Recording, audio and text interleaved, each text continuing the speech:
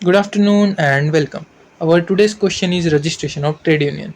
So first of all we will see introduction. So सबसे पहले अपन introduction देखेंगे और ये क्वेश्चन बार पेपर में पूछा गया है. In India, the registration of trade union is governed by the Trade Union Act 1926. While registration isn't strictly mandatory to form a union, it is highly recommended because it grants the union legal status and provides its members and leaders with immunity from certain civil and criminal liabilities. So India के अंदर registration of trade union ये govern करा जाता है by trade unions act 1926. And जो registration है वो mandatory नहीं है. यूनियन बनाने के लिए आपको रजिस्ट्रेशन करना ये ज़रूरी नहीं है. बहुत सारी अनरजिस्टर्ड ट्रेड यूनियन भी रहती, लेकिन अगर आपको सभी राइट्स एंड मतलब ये जो क्या बोलते हैं अपन इम्यूनिटीज़ अगर चाहिए होंगी तो आपको अपनी ट्रेड यूनियन रजिस्टर करना ज़रूरी है. It is highly recommended because it grants the union legal status. हाँ, रजिस्ट्रेशन के बाद यूनियन को लीगल स्टेटस भी मिलता and provide its member and leaders with immunity from certain civil and criminal liabilities. So here is a breakdown of legal process and requirements. सबसे पहले prerequisites for registration. Before applying a trade union must meet specific membership criteria introduced by various amendments to ensure the union is representative. मतलब apply करने से पहले trade union को सबसे पहले meet होना पड़ता मेंबरशिप क्राइटेरिया से, जो कि बहुत सारे अमेंडमेंट्स करे गए इस एक्ट के अंदर. एंड उसके बाद ये इंश्योर करा गया कि यूनियन इज़ रिप्रेजेंटेटिव, मतलब वो यूनियन रिप्रेजेंटेटिव मतलब रिप्रेजेंटेट करने के लायक हो, रिप्रेजेंट करने के लायक हो. मिनिमम मेंबर्स क्राइटेरिया सबसे पहले. At least 7 members of union must subscribe their names to the rules of trade union. मतलब कम से कम 7 मेंबर्स ने सब्सक्राइब करने को होना, जो कॉन्स्टिट्यूशन रहेगा ना ट्रेड यूनियन का उसको. Then the 10% rule. To be registered and to continue being registered the union must have at least 10% और 100 workers which ever is less engage in the establishment or industry as its members. मतलब सबसे पहले minimum members 7 member ने तो वो constitution of trade union sign करने को होना. देन 10% रूल, मतलब ट्रेड यूनियन के अंदर 10% एटलीस्ट 10% वर्कर्स होना या फिर 100, मतलब विच एवर इज लेजर. मैं एग्जांपल देता. फॉर एग्जांपल एक फैक्ट्री है, उसके अंदर 1000 वर्कर्स है, तो 10% कितना होता 1000 का 100 ही होता, और वैसे भी 100 वर्कर.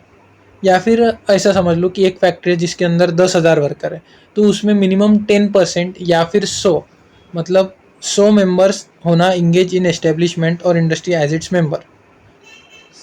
और 10% का एग्जांपल देता मैं. अगर एक फैक्ट्री है जिसमें सिर्फ 100 वर्कर्स है, तो उसमें तो सिर्फ 100 वर्कर्स है, तो मिनिमम 10% भी चलता उस फैक्ट्री का, मतलब 10 मेंबर्स ने भी राजी होने को होना ट्रेड यूनियन बनाने के लिए. सो ऐसा 10% रूल है. Then minimum threshold.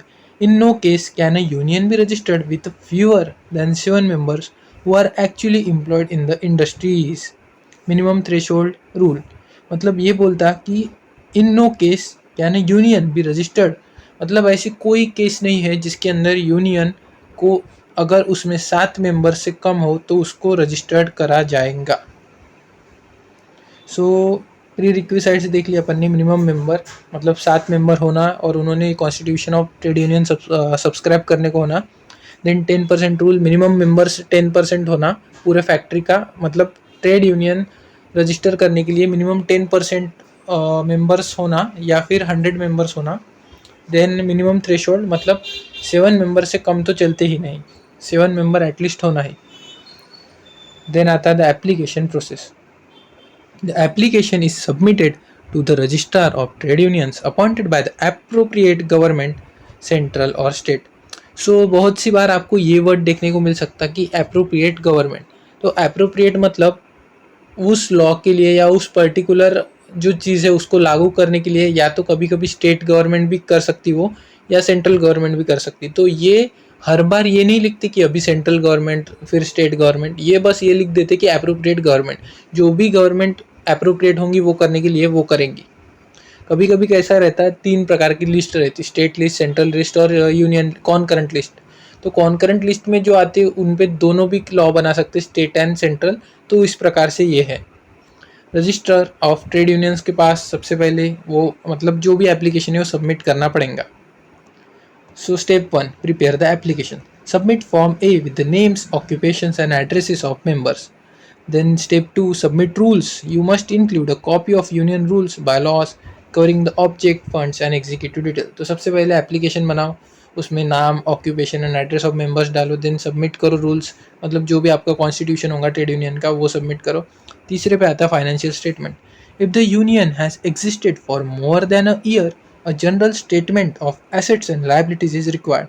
मतलब यूनियन बन के साल हो गया लेकिन अभी तक उसको रजिस्टर नहीं करा, अभी रजिस्टर करना है, तो अभी उसके जो साल भर का जो भी उसका जनरल स्टेटमेंट होगा एसेट्स एंड लायबिलिटीज़ का वो ज़रूरी है। अगर नहीं अभी बना रहे और उसको पहले मतलब बनाते ही रजिस्टर कर रहे तो उसमें इसकी ज़रूरत नहीं है। लेकिन आपकी पुरानी ट्रेड यूनियन है लेकिन वो रजिस्टर्ड नहीं थी, लेकिन अब आप उसे रजिस्टर्ड करना चाहते तो ये भी लाना पड़ेगा आपको। Then verification, fourth number. The registrar examines the application to ensure it complies with the act. मतलब रजिस्टर एक बार चेक करेंगे कि आपका जो भी कॉन्स्टिट्यूशन है, मतलब एप्लीकेशन के अंदर आपने जो भी सबमिट करे रूल्स, वो अपने जो लॉ है ट्रेड यूनियन एक्ट 1926 उससे मैच कर रहे क्या, मतलब उससे कंप्लाई हो रहे क्या। अगर उसके अगेंस्ट होंगे तो आपका एप्लीकेशन उधर ही रिजेक्ट हो जाएगा, लेकिन उससे मिलते होंगे तो फिर आगे की प्रोसेस आएंगे। Issuance, if satisfied the registrar enters the details in the register and issues a registration certificate। उस ये पूरी प्रोसीजर सेटिस्फाइड होने के बाद रजिस्ट्रार आपका नाम रजिस्टर में लिखेगा एंड आपको एक रजिस्ट्रेशन सर्टिफिकेट इशू करेगा, देन आप रजिस्टर्ड ट्रेड यूनियन कहलाओगे। सो 5 स्टेप्स है। सबसे पहला prepare application, submit rules, financial statement, verification and issuance. Mandatory rules of trade union. The act specifies that a union's constitution must address certain points to be eligible for registration।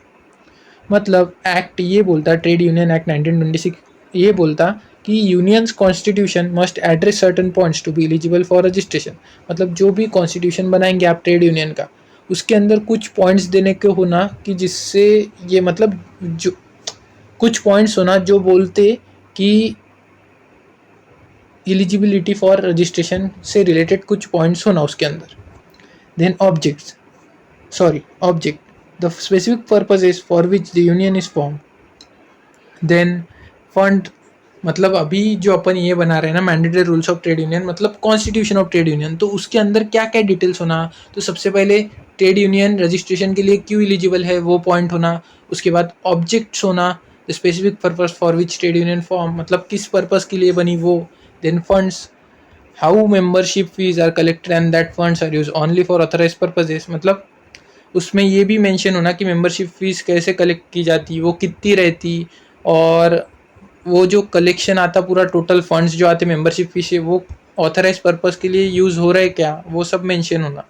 Then executive body, provisions for appointment of office bearers, at least 50% must be actually engage in the industry. मतलब ये trade union का एक office रहेगा जिसमें हो सकता है कि 4 लोग हो, वो ये सब मैनेज कर रहे ट्रेड यूनियन, तो उसमें 2 लोग, कम से कम 2 लोग, 50% बोला उन्होंने एटलीस्ट, तो 50% 2 लोग उसी फैक्ट्री के वर्कर होना, और 2 लोग और के मतलब बाहर के भी चलते, मोस्टली ये पॉलिटिकल पार्टीज के वगैरह रहते। Then dissolution, the procedure for winding up the union, ये भी उसमें मेंशन होना। देन आते की benefits of registration. So registration क्यों करना, उसके कुछ बेनिफिट्स होंगे इसीलिए तो रजिस्ट्रेशन करते ना लोग। Why go through the paper work, registration transforms the union into a body corporate. मतलब अनरजिस्टर्ड ट्रेड यूनियन के पास कोई अधिकार नहीं रहते और ना उनको कोई इम्यूनिटीज़ मिलती, लेकिन एक बार आप रजिस्टर्ड हो जाए तो आप एक लीगल एंटिटी, एक बॉडी कॉर्पोरेट से जाने जाते। परपेचुअल सक्सेशन, ये अपन ने पीछे भी देखा शायद से। The union continues to exist regardless of changes in the membership. मतलब यूनियन का लीडर आएगा जाएगा, या ऑफिस में जो लोग रहते वो आएंगे जाएंगे, लेकिन ट्रेड यूनियन कंटिन्यूसली काम करते रहेगा, परपेचुअल सक्सेशन आ जाएगा उसको। Then right to sue, it can sue and be sued in its own name. मतलब उस वो किसी पे केस भी कर सकती या उसके ऊपर भी कोई केस कर सकता। Then immunity, Protection under Section 17 and 18 against the charges of criminal conspiracy for legitimate trade union activities and immunity from civil suits regarding collective bargaining actions. सो एक बार रजिस्टर्ड होने के बाद ट्रेड यूनियन को section 17 and 18 of trade union act 1926 के तहत immunities मिल जाती है, जो कि क्रिमिनल कंस्पिरसी मतलब सिविल और क्रिमिनल इम्यूनिटीज़ मिल जाती। वो अपन ने पीछे भी देखा है, पीछे वीडियो में एक बार राइट्स ऑफ ट्रेड यूनियन की वीडियो में मैंने बताया ये। उसके बाद important note, a registrar can cancel और withdraw registration if it was obtain by fraud, if the union ceases to have the required number of members, or if it violates any provisions of the act. सो एक most important point कि registration cancel कब होता, वैसे अपन वो question भी है उसका आगे देखने वाले अपन। रजिस्ट्रार कैन कैंसल और विड्रॉ रजिस्ट्रेशन, एक तो वो ऑब्टेन बाय फ्रॉड होगा, तो then union ceases to have required number of member मतलब 7 से कम लोग हो गए, या उसने कोई प्रोविजन ऑफ एक्ट जो ट्रेड यूनियन एक्ट 1926 है उसके कोई भी प्रोविजन को वायलेट करा। तो इन 3 कंडीशन में, पहला फ्रॉड, सेकंड मिनिमम नंबर कम हो गए, एंड लास्ट वायलेट करा कुछ मतलब कोई भी प्रोविजन, तो उस कंडीशन में रजिस्ट्रार वो ट्रेड यूनियन का रजिस्ट्रेशन कैंसिल करेगा या फिर विड्रॉ भी कर सकता। So that's it for today's video. If you like the video, do like the video and do subscribe the channel. Thank you very much.